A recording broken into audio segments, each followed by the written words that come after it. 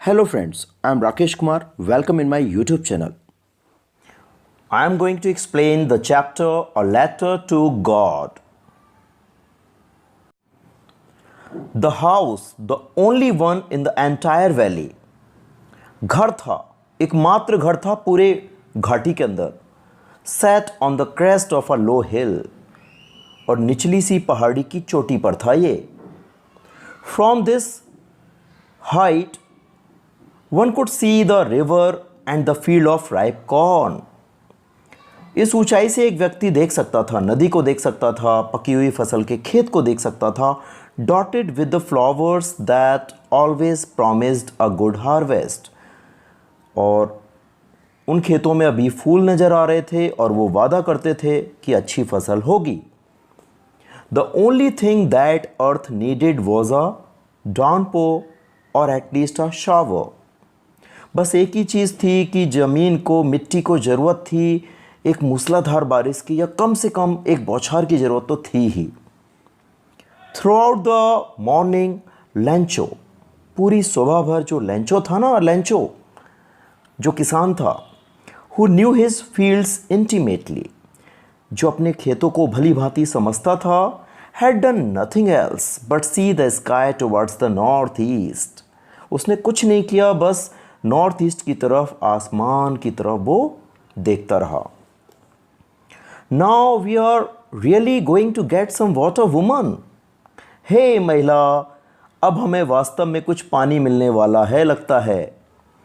The woman who was preparing supper, वो महिला जो रात का भोजन तैयार कर रही थी, रिप्लाइड, उसने उत्तर दिया, यस, गॉड्स विलिंग, ये सब ईश्वर की मर्जी है. The older boys were working in the field, while the smaller ones were playing near the house. जो उनके बड़े लड़के थे वो खेत में काम कर रहे थे, जबकि जो छोटे थे वो घर के आसपास खेल रहे थे. Until the woman called to them all, तभी उस महिला ने उन सब को आवाज़ लगाई, come for dinner, डिनर करने के लिए आ जाइए. It was during the meal that, और भोजन दो करने के दौरान क्या हुआ, just as Lencho had predicted, वही हुआ जैसा कि लेंचो ने भविष्यवाणी की थी. Big drops of rain began to fall, बारिश की बड़ी बड़ी बूंदें गिरने लगीं. In the north east huge mountains of clouds could be seen approaching, north east की तरफ बड़े बड़े पहाड़ जैसे बादल नज़दीक आते हुए देखे जा सकते थे. द एयर वॉज फ्रेश, हवा ताजी थी, एंड स्वीट, सुहावनी थी. The man went out for no other reason than to have the pleasure of feeling the rain on his body. वो आदमी, वो लेंचो बाहर गया किसी दूसरे कारण से नहीं, बल्कि अपने शरीर पर उस बारिश को महसूस करने के लिए वो बाहर गया. And when he returned he exclaimed, और जब वो वापस आया वो बोला, These are not raindrops falling from the sky. ये बारिश की बूंदें नहीं हैं जो आसमान से गिर रही हैं. They are new coins. ये तो नए नए सिक्के हैं. The big drops are 10 cent pieces. जो बड़ी बड़ी बूंदें हैं वो 10 सेंट की हैं, मतलब 10 पैसे की हैं. And the little ones are 5s. और छोटी वाली बूंदें 5 पैसे की हैं. With a satisfied expression, संतुष्टि भरे भाव के साथ, ही regarded the field of ripe corn, वो पकी फसल के खेत के बारे में सोचने लगा. विद इट्स फ्लावर्स, इसके फूलों को देखकर, draped in a curtain of rain, जो बारिश की चादर में ढक गए थे. But suddenly a strong wind began to blow, लेकिन अचानक ही एक तेज़ हवा चलने लगी. And along with the rain very large hail stones began to fall, और इस हवा के साथ ही बारिश जो है वो होने लगी बड़े बड़े ओलों की. These truly did resemble new silver coins, और भैया ये ओले जो हैं वो तो वास्तव में चांदी के सिक्के लग रहे थे. The boys exposing themselves to rain, उनके बच्चे बारिश में इधर उधर भाग रहे थे. ran out to collect the frozen pearls, और वो बाहर आ रहे थे उन जमे हुए मोतियों को इकट्ठा करने के लिए, ओलों को इकट्ठा करने के लिए। It's really getting bad now, exclaimed the man. अब वो आदमी बोला, लेंचो बोला, अभी बहुत गड़बड़ हो रही है। I hope it passes quickly, मुझे उम्मीद है ये सब जल्दी थम जाएगा। इट डिडंट पास क्विकली, लेकिन ये जल्दी नहीं थमा। फॉर एन आवर, 1 घंटे तक the hell rain on the house, ओले घर पर बरसते रहे, द गार्डन बागीचे पर बरसते रहे, द हिल साइड पहाड़ी पर, द कॉर्नफील्ड खेत पर, ऑन द होल वैली पूरी घाटी पर।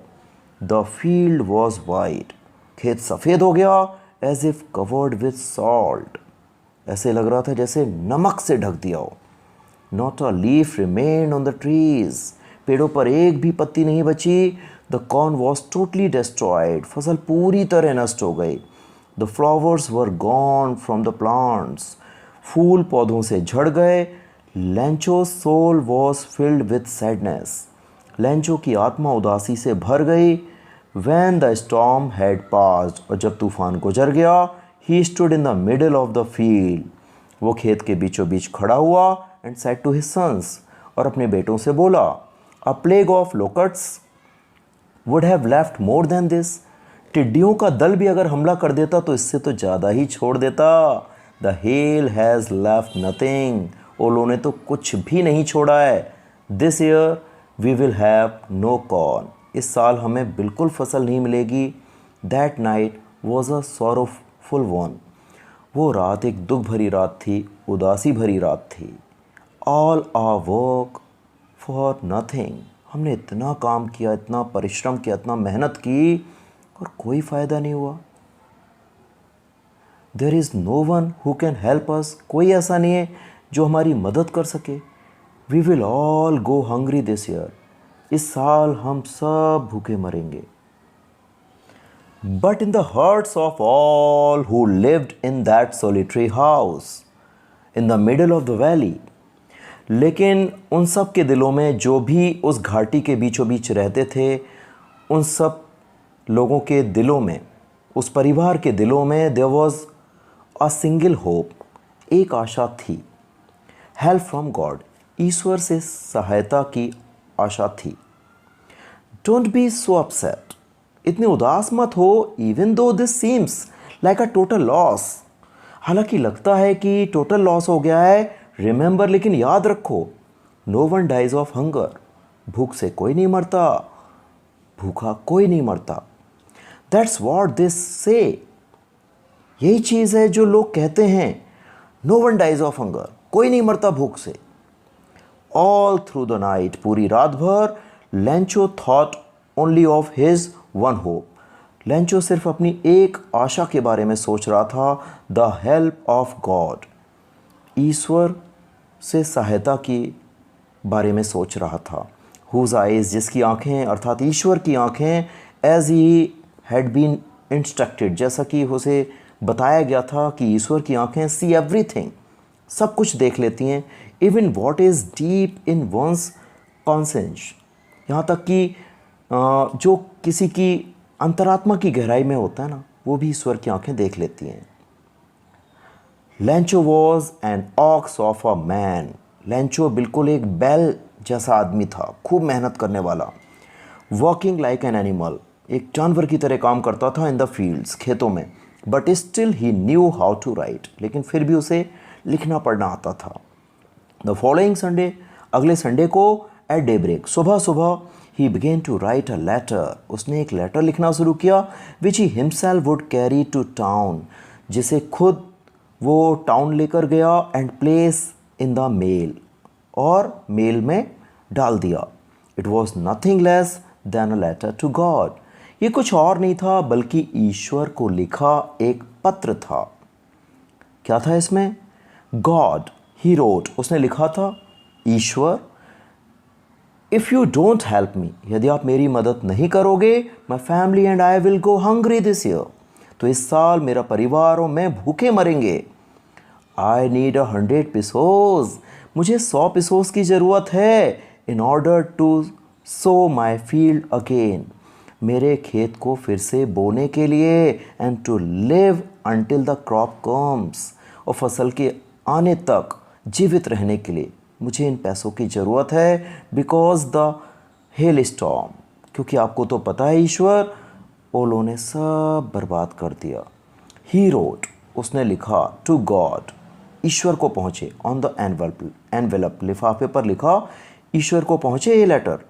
पुट द लेटर इनसाइड, फिर लेटर अंदर रखा, एंड स्टिल ट्रबल्ड, अभी भी बहुत परेशान था वो, वेंट टू टाउन, टाउन गया, at the post office, post office में he placed a stamp on the letter, उसने लेटर पर स्टाम्प लगाया, and dropped it into the mail box, और इसे मेल बॉक्स में डाल दिया। वन ऑफ द एम्प्लॉयज़, अब जो एक कर्मचारी था, हु वॉज अ पोस्टमैन, जो एक पोस्टमैन भी था, and also helped eight the post office, और पोस्ट ऑफिस में भी हेल्प करता था, वेंट टू हिज बॉस, वो अपने बॉस के पास गया, लाफिंग हॉटली, भयंकर हंसते हुए गया, खूब हंसते हुए गया, and showed him the letter to God, और अपने बॉस को ईश्वर के लिए लिखा गया वो पत्र दिखाया। Never in his career as a postman had he known that address, अपने पोस्टमैन के करियर में उसने कभी भी वो एड्रेस नहीं देखा था। द पोस्ट मास्टर, वो जो बॉस था उसका, post master, a fat amiable fellow, मोटा सा मजाकिया व्यक्ति था, ऑल्सो ब्रोक आउट लाफिंग, वो भी हंसने लगा, but almost immediately he turn serious, लेकिन तुरंत ही वह सीरियस हो गया, and tapping the letter on his desk, और अपनी डेस्क पर पत्र को थपथपाते हुए कमेंटेड, वो बोला, व्हाट फेथ, क्या विश्वास है, I wish I had the faith of the man, क्या विश्वास है, मेरी इच्छा है कि काश मेरे अंदर भी उस आदमी का विश्वास होता, हु रोट दिस लेटर, जिसने ये लेटर लिखा है। Starting up a correspondence with God, बताइए ये आदमी ईश्वर के साथ पत्र व्यवहार शुरू कर रहा है, लेटर लिख रहा है ईश्वर को, क्या विश्वास है।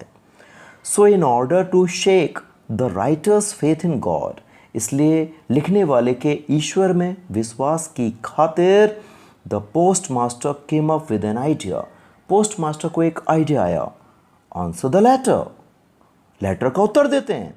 But when he opened it, लेकिन जब उसने इसे खोला, इट वॉज एविडेंट, तो ये पक्का हो गया, स्पष्ट हो गया, दैट टू आंसर इट, कि इसका उत्तर देने के लिए he needed something more than goodwill, ink and paper, उसे कुछ और भी चाहिए, भलाई, स्याही और पेपर की तुलना में कुछ और भी चाहिए, वो था पैसा।